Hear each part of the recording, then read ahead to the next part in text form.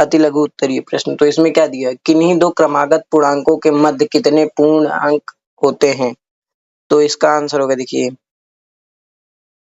किन्हीं दो क्रमागत पूर्णांकों के मध्य कितने, देखिए इनके, इसका आंसर होगा शून्य। ठीक है, इसका आंसर होगा शून्य। क्यों, देखिए किन्हीं दो क्रमागत पूर्णांक, जैसे मैं 1 और 2 ले लेता हूँ, ठीक है, के मध्य कितने पूर्णांक हो गए, इसके मध्य कितने पूर्णांक है, शून्य ही तो है दोस्तों। इसका आंसर क्या होगा, शून्य होगा इसका आंसर। बढ़ते हैं अब अगले क्वेश्चन पे। अगला क्वेश्चन है 1/3। ठीक है, 1/3 और 2/3 के बीच, 1/3 और 2/3 के बीच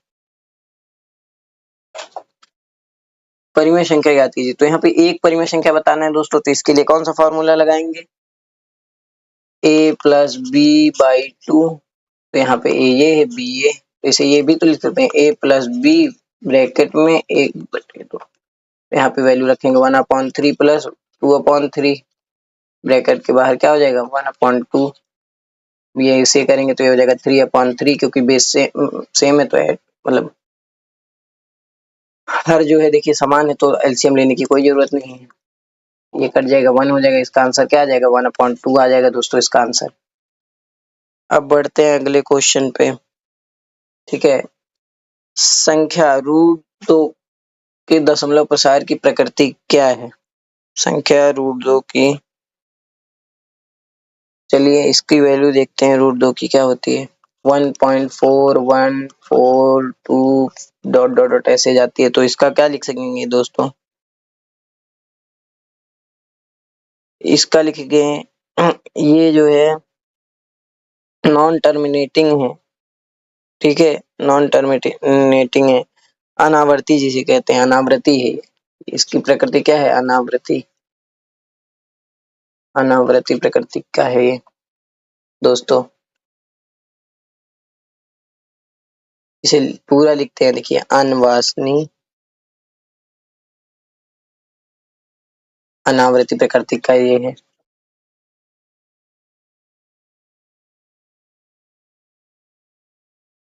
प्रकृति का है ये। ठीक है दोस्तों, अब बढ़ते हैं अगला।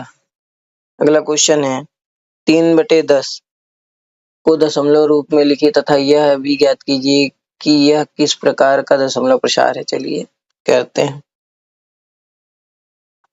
3/10, इसे करेंगे 0.3 आ जाएगा दोस्तों, जो कि 0.3 यह शांत है।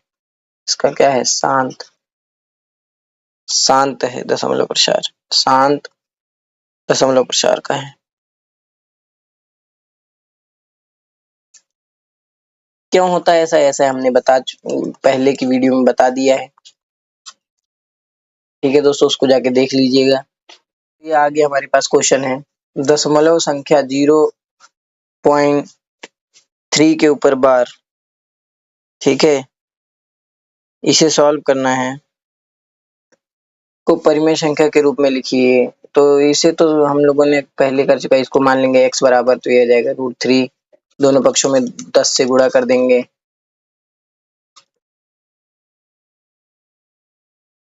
गुणा करने पर, गुणा करेंगे तो हमारे पास 10x इक्वल टू आ जाएगा, सॉरी 3.333 डॉट डॉट डॉट। इस यहाँ पे ये समीकरण 1 मान लेते हैं। ठीक है, इसे ये भी तो लिख सकते हैं, जैसे कि हमने यहाँ पे लिख दिया 3.333 डॉट डॉट डॉट। ठीक है, समीकरण 1 हो गया, ये समीकरण 2।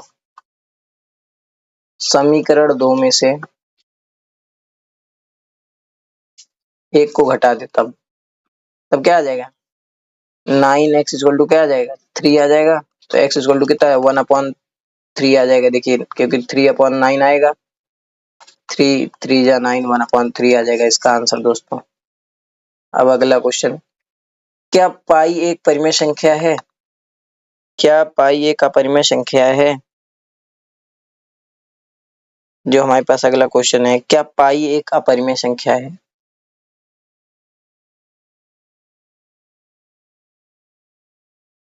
तो ये तो बहुत मतलब आसान टाइप का क्वेश्चन, देखिए पाई, पाई एक अपरिमेय संख्या है, क्योंकि देखिए पाई की वैल्यू जो होती है क्या होती है 3.1419 dot dot dot dot dot होता है, कभी खत्म ही नहीं होता है, नॉन टर्मिनेटिंग पॉइंट। ठीक है, तो इसे पी अपॉन क्यू के रूप में जो है लिखा जा सकता है। ठीक है,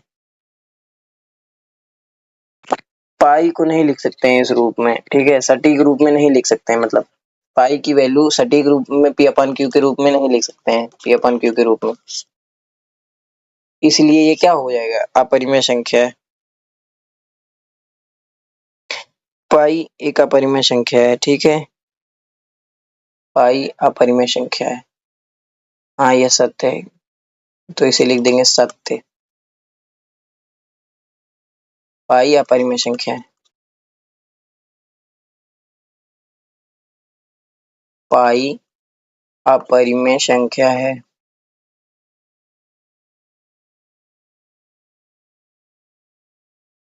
लेकिन एक चीज ध्यान रखिएगा कि 22/7 परिमेय संख्या है दोस्तों। जो 22/7 है ये परिमेय संख्या है, पर पाई जो है ये अपरिमेय संख्या है। ठीक है, अब बढ़ते हैं अगले क्वेश्चन में। धनात्मक पूर्णांकों का वर्गमूल परिमेय संख्या होता है। धनात्मक पूर्णांकों का वर्गमूल होता है, क्या यह सत्य है? चलिए, क्वेश्चन नंबर 15 है, असत्य। धनात्मक पूर्णांकों का वर्गमूल जो है जरूरी नहीं हो कि यही हो। ठीक है, क्योंकि अभी देख लीजिए दो धनात्मक है, ये देखिए वर्गमूल इसका ये अपरिमेय है, तो दोस्तों ये क्या होगा, असत्य। ये असत्य है। अगला क्वेश्चन है, क्या संख्या रेखा पर -7 को -6 से पहले निरूपित कर सकते हैं? तो हाँ, ये सत्य है। देखिए, क्योंकि जैसे नंबर लाइन पे डिनोट करते हैं तो पहले 1 फिर 2 होता है। ठीक है, तो यहाँ पे क्या है, क्या संख्या रेखा पर -7 को -6 से पहले निरूपित कर सकते हैं? हाँ, तो ये कर सकते हैं, ये सत्य है।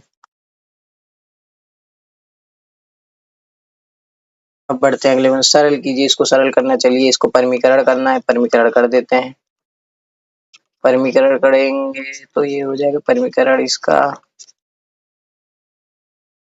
3 - √5 में आ जाएगा 3 का स्क्वायर 9, √5 का स्क्वायर 5, यहाँ आ जाएगा 3 - √5/4। यही आ जाएगा इसका आंसर दोस्तों। अब बढ़ेंगे अगले क्वेश्चन पे। अगला क्वेश्चन है, को भाग दीजिए। ठीक है, इसको इससे भाग देना है तो इसे लिखेंगे √3 + √7 अपॉन में आ जाएगा √3 - √7। इसको सबसे पहले परमीकरण करेंगे √3 + √7 से, √3 + √7। तो इसे जब सॉल्व करेंगे तो हमारे पास क्या आ जाएगा, √3 + √7 का होल स्क्वायर, और यहाँ आ जाएगा √3 का स्क्वायर -√7 का स्क्वायर। ये आ जाएगा, देखिए a² + b² लगाएंगे तो a² क्या हो जाएगा, √3 का स्क्वायर 3 + √7 का स्क्वायर 7 + 2 √3 × √7 अपॉन में, ये देखिए हो जाएगा यहाँ पे क्या आ जाएगा हमारे पास 3 - 7। ठीक है, तो यहाँ पे आ जाएगा ऊपर, इसे प्लस कर 10 2, यहाँ 10 + 2 √21 आ जाएगा, नीचे आ जाएगा -4। ऊपर से 2 कॉमन ले लें तो यहाँ माइनस लग जाएगा, 2 कॉमन लेने के बाद यहाँ माइनस 5 + √21/4, तो ये हो जाएगा 2। इसका आंसर क्या आ जाएगा, -5 + √21/2 इसका आंसर आ जाएगा दोस्तों। अब बढ़ते हैं अगले क्वेश्चन पे। निम्न का मान ज्ञात कीजिए। सेम उसी तरह है दोस्तों, इसे आप लोग अपने द्वारा हल कर लीजिएगा। इसका व्यंजक को सरल कीजिए। ठीक है, इसका मल्टीप्लाई करना है। देखिए सबसे पहले मल्टीप्लाई कैसे किया जाता है, इसमें इसका इससे करेंगे, फिर इसी का इससे करेंगे, फिर इसका इससे करेंगे, इसका इसी से करेंगे। ठीक है, सिंबल के साथ करेंगे। तो सबसे पहले किसका करेंगे, इसका इससे करेंगे। तो यहाँ पे क्या हो जाएगा, देखिए 4 और 3 का मल्टीप्लाई होके क्या हो जाएगा 12 हो जाएगा, प्लस √5 का √5 से करेंगे तो क्या हो जाएगा 5 हो जाएगा, फिर प्लस का सिंबल लगाएंगे, फिर इसका इससे करेंगे तो 420 √10 हो जाएगा, माइनस लगाएं अब 9 हो जाएगा, यहाँ पे हो जाएगा √10 हो जाएगा, यहाँ करेंगे तो क्या हो जाएगा 15 इंटू 2 हो जाएगा, 12 पंचे 60, ये यहाँ पे हो जाएगा हमारे पास 11 √10 और यहाँ प्लस होगा, यहाँ मैंने मल्टीप्लाई लगा दिया है, यहाँ प्लस, यहाँ क्या हो जाएगा 15 दूनी 30, इधर प्लस करेंगे तो हो जाएगा 90 प्लस 11 √10, इसका आंसर आ जाएगा दोस्तों 11 √10, यही इसका आंसर आ जाएगा। अब अगला क्वेश्चन दोस्तों, अगला क्वेश्चन हमारे पास है 25 की पावर 1/3 गुणे 5 की पावर 1/3, तो ठीक है दोस्तों, इसे चलिए सॉल्व करते हैं। 25 की पावर 1/3 गुणे 5 की पावर 1/3, 25 को क्या लिख सकते हैं हम 5 की पावर 2 लिख सकते हैं 25 को, देखिए 25 को क्या लिख सकते हैं 25 को लिख सकते हैं 5 का स्क्वायर गुणे 1/3, ठीक है, इसे ये लिख सकते हैं। अब देखिए बेस सेम हो गया, पावर क्या होंगे ऐड हो जाएंगे, तो ये 5 की पावर 2/3 यहाँ हो जाएगा, प्लस 1/3 हो जाएगा, तो यहाँ कितना आ जाएगा हमारे पास 5 की पावर 3/3, 3 से 3 कैंसिल हो गया, आंसर कितना आ गया 5 आ गया दोस्तों हमारा आंसर। अब अगला क्वेश्चन हमारे पास है जो है इसमें, चलिए इसको सॉल्व करें। हमने बताया था कि जब इस तरह स्क्वायर रूट बना हो, यहाँ पे 4 लिखा हो, तो जब इधर जैसे a है तो यहाँ पे क्या हो जाएगा a की पावर वही चीज क्या अपॉन में आ जाएगी, ठीक है, तो वही चीज करेंगे यहाँ पे 16 की पावर जो है 1/4 हो जाएगा, यहाँ पे हो जाएगा 18 की पावर 1/4, इसे लिख सकते हैं हम 2 की पावर 1/4, इसे लिख सकते हैं 3 की पावर 3 की पावर 4, इसे लिख 2 की पावर 4 इसे लिखेंगे, सॉरी हाँ, इसे 2 की पावर 4 लिखेंगे, इसे 1/4 अपॉन में इसे क्या लिखेंगे 3 की पावर 4 इंटू 1/4, 4 से 4 कैंसिल हो जाएगा दोस्तों, यहाँ पे हमारा क्या आ जाएगा 2/3 आ जाएगा दोस्तों इसका आंसर।